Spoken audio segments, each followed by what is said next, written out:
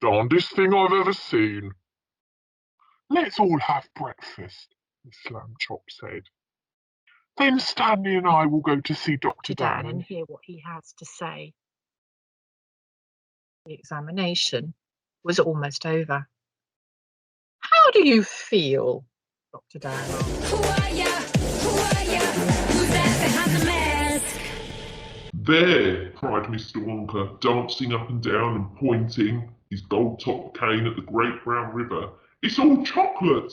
Every drop of that river is hot, melted chocolate of the finest quality, the very finest quality. There's enough chocolate in there to fill every bathtub in the entire country. Who are ya? Who's that behind the mask? The light created prisms on the dark sea, and it was very hot due to the high sun. The old man felt the heat behind his neck and the sweat trickling down his spine as he rode. He thought about drifting and taking a nap. He would tie a bit of line around his toe to wake him up. But he eventually decided against it. Who are ya? Who's that behind the mask? Now, my dears, said old Mrs. Rabbit one morning, you may go into the fields or down the lane, but don't go into Mr. McGregor's garden. Now run along and don't get into mischief. I am going out. Then old Mrs. Rabbit took a basket and her umbrella and went through the wood to the baker's. She bought a loaf of bread and 6 currant buns. Who are ya? Who's that behind the mask? Twit. Mr. Twit was one of these very hairy-faced men, the whole of his face except for his forehead. His eyes and his nose were covered with thick hair. The stuff even sprouted in revolting tufts out of his nostrils and ear holes. Mr. Twit felt that this hairiness made him look terrifically wise and grand. Who are ya? Who's that behind the mask?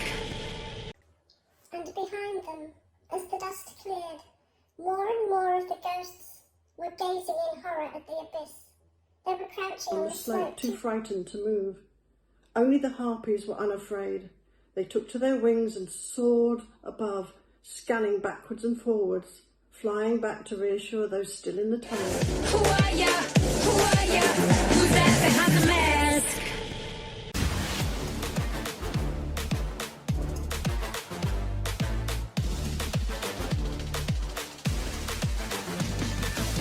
Well, thief, I smell you, and I feel your air. I hear your breath. Come along, help yourself again. There is plenty and to spare. But Bilbo was not quite so unlearned in dragon lore as all that, and if Smaug hoped to get him to come nearer so easily. Who are ya? Who's that behind the mask? The first thing the boy Garion remembered was the kitchen at Faldor's farm. For all the rest of his life, he'd had a special warm feeling The for kitchen and those peculiar sounds and smells that seemed somehow to combine into a bustling seriousness that had to do with love and food and comfort and security and, above all, hope. Who are ya? Who's that behind the mask? It's morning. Everybody's gone. The plug is in.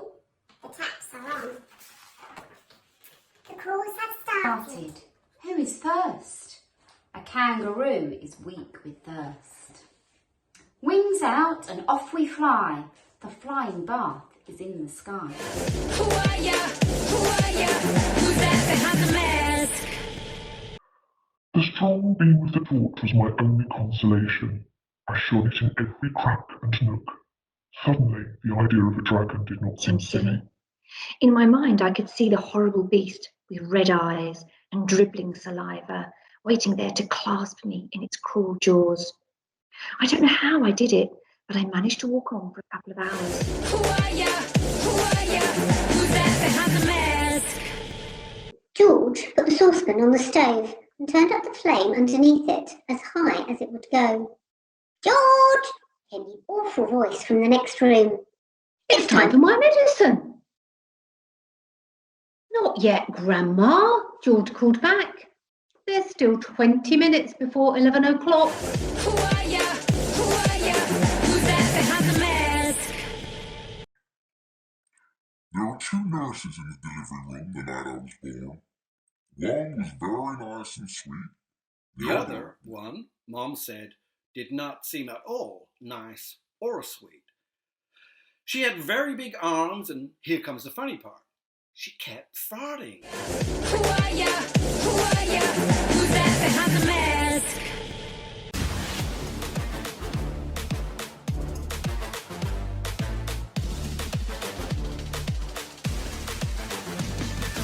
Breakfast is ready. I'll go and wake the boys, Mrs. Lambchop said to her husband, George Lambchop. Just then, their younger son Arthur, called from the bedroom he shared with his brother Stanley. Hey, come and look, hey! Mr. and Mrs. Lambchop were both very much in favour of politeness and careful speech.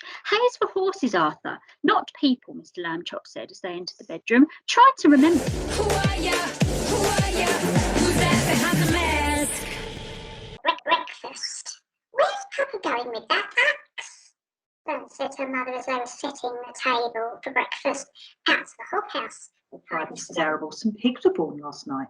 Don't see why he needs an axe, continued Fern, who was only 8. Well, said her mother, one of the pigs is a runt. It's very small and weak and it will never amount to anything. Who are ya? Who are ya? Who's that behind the mask? Jack's mother said, "We're stony broke. Go out and find some wealthy bloke who'll buy our cow, just say she's sound, and worth at least £100. But don't you dare to let him know that she's as old as Billy-O." Jack led the old brown cow away and came back later in the day. Who are ya? Who are ya? Who's that behind the mask? Ruby is a small girl with a huge imagination. She loves to crawl under her bed. Imagine all the bugs that might live there.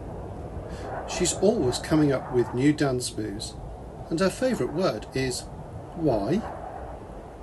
In Ruby's world, she's the chief creator and architect. Who are ya? Who are ya? Who's that behind the mask? Once upon a time, in Spain, there was a little bull named Ferdinand. All the other little bulls he lived with would run and butt their heads together. But not Ferdinand. He liked to just sit quietly and smell the flowers. He had a favourite spot in the pasture under a cork tree. Who are ya? Who are ya? Who's that behind the mask? Bull was sitting behind the teacher's table staring with a mixture of horror and fascination at the newt wriggling in the glass. Matilda's eyes were also riveted on the glass, and now, quite slowly, there began to creep over Matilda a most extraordinary and peculiar feeling. Who are ya? Who are ya? Who's that behind the mask?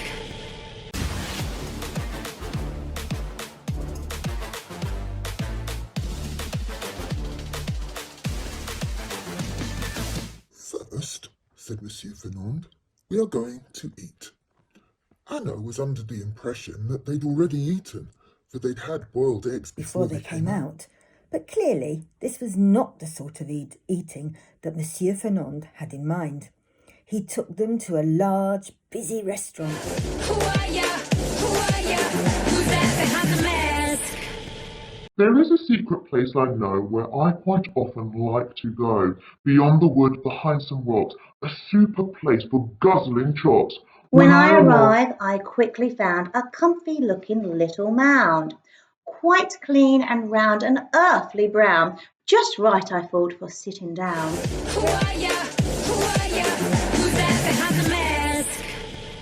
I cannot possibly describe to you what it felt like to be standing alone in the pitchy blackness of that silent wood in the small hours of the night.